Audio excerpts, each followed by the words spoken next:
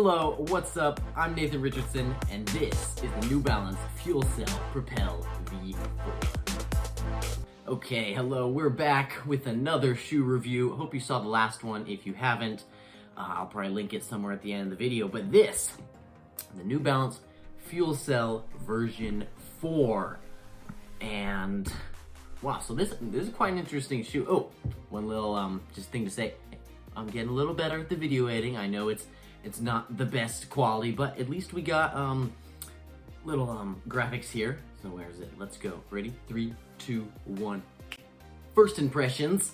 So this shoe, just from getting it out of the box. Well, let's start with this. So about a month ago, I was looking for new shoes. I've been running the Rebel for quite some time, and I was like, I really need a new shoe. It's got rips on the sides, and so I was like, let's kind of look at some shoes. So I saw the the Propel version 3, which really, there was nothing special about it. The midsole was quite firm compared to the Rebel.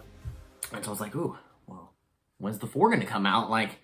And so I saw a few unreleased photos of it, and I was like, oh, that's actually pretty cool. If you can see this little, I'll explain this plate a little later, but I was like, oh, that's a cool design. There's definitely seems to be quite a bit of cushion here. And so I kind of looked it up, and I emailed New Balance about when the release date was. They never get back to me, but I saw some different, it kind of just popped up out of nowhere.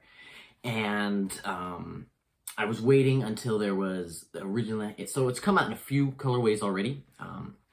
There's this nice gray one. There is a black one with a red midsole. That one's pretty cool.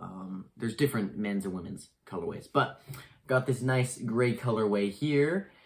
And, well, let's get into the specs. So these, I didn't measure them myself, but they're from the New Balance website, and so hopefully they're true. They tell the truth, I guess. So we got 32 millimeters of FuelCell in the heel, 25 in the forefoot. That would make a 6 millimeter drop. And the weight, I believe in a I think it's a men's size 9, is 9.7. So those are just kind of the brief specs. Let's get back into it. So I thought we'd start with the upper here.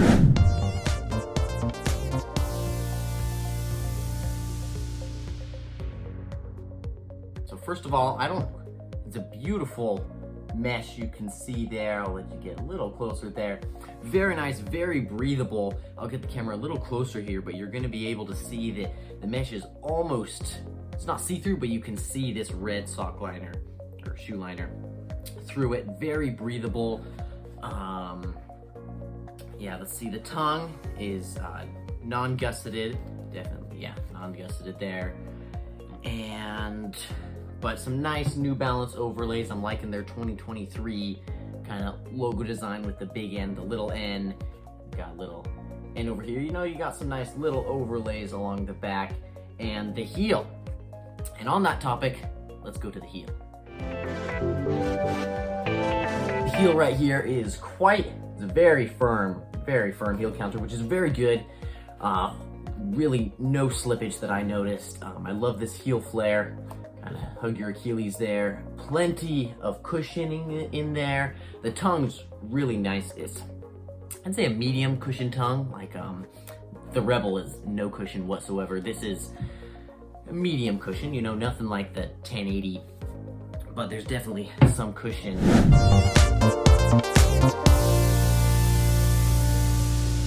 Now on to the outsole. So you can see right here, generous coverage of rubber, but you know, I don't think it's not too much. I don't think it's too little. I'm expecting 300, 400 miles out of these easy, you know, definitely a good daily trainer that, yeah, I think the rubber's not adding too much weight to it, and it's just good coverage. And now, the big thing we've all been waiting for, the midsole. So we got full length FuelCell foam here. Now, I would have to, it's not Rebel foam, or the same FuelCell that's in the Rebel. I would say it's a little bit firmer, more like the, if you run in the Big Stack SC Trainer. That's one, you know, kind of a more firmer midsole, but you know, it's not, here's how I'm gonna describe it. It is cushioned, but not responsive. So what I mean by that is, like, you step, you run throughout your stride, you kind of just absorb into it, but you kind of have to pick up your foot a little. Now it is a little heavy, and it's gonna get a few points knocked down for the weight, but here's my score for the weight right here, somewhere in the corner there, I'll put it. But, so it is a little heavy. I don't know if clunky is the right word, but it's a daily trainer, it's not a racer. That's what I'll say. Also in that midsole, you've got, so there's 2 layers. You've got this top one, this bottom one, sandwich in between. You've got a TPU plate, and let's do the bend test here. You know, it is, it's flexible, but it's still firm. Like, let's do a little spring test here. It's moving. Let's do that one more time. See, I'll kind of give you a little squish test on the midsole here. Let's do a little squish test there. It's squishing. And actually, you might be able to see it better on the midsole there. It's kind of squishy. I like squishy shoes. Onto the lockdown. So these laces, just flat, normal laces here. Really nothing special about them, but they work well. They lock down. I do believe I went with a size 10, which I'm usually a size 10 New Balance. There was a little too much room in the forefoot, so I did have to cinch it down a little bit tighter than I was hoping. But so I did have a few little pressure points on the top of my foot, but that's just because I have a kind of a lower arch and I have to tie my shoes a little bit tighter. But other than that, there was definitely no slippage in the heel, the tongue, everything. It was a very, very well constructed upper. And with that, let's move on to the price point. Money. That's what everybody wants to know about a shoe. So this shoe is coming at guess what? Huh? What New Balance? $110? Yes, $110. And this shoe could be yours. An excellent price point. I am giving it 100%. Well, I'll talk about, let's go 9.9.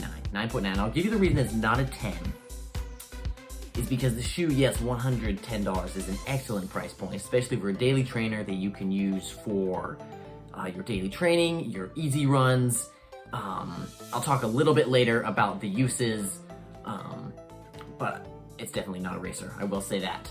So why is it not a 10 out of 10? Well, first of all, nothing's really 10 out of 10. But I would say this shoe, you wait just a little bit and get a discount code on something like 10% off, 15% off, and you get this for like 90 bucks, 85. Now that's really where you're stealing a deal, okay? There's plenty of ways to get good shoes, not at full price. And I'll tell you, runrepeat.com, really great place. You can put in your size, even the color of the shoe that you want. Search is basically like the whole entire internet. You'll find ones on Amazon, Running Warehouse, Zappos, all the running shoe companies out there, and you'll be able to find great deals. I use it all the time. As I said before, we're gonna talk about the uses, and for that, I made a fun little chart. I don't know. Let's go to it. Okay, here we are. We've got this little chart I've made. We're calling it should or shouldn't, because it's should or shouldn't you get these shoes if you're these certain types of runners that I've put into these different categories. So begin with the beginner, easy days, daily training. Now I really think you could use it for tempos.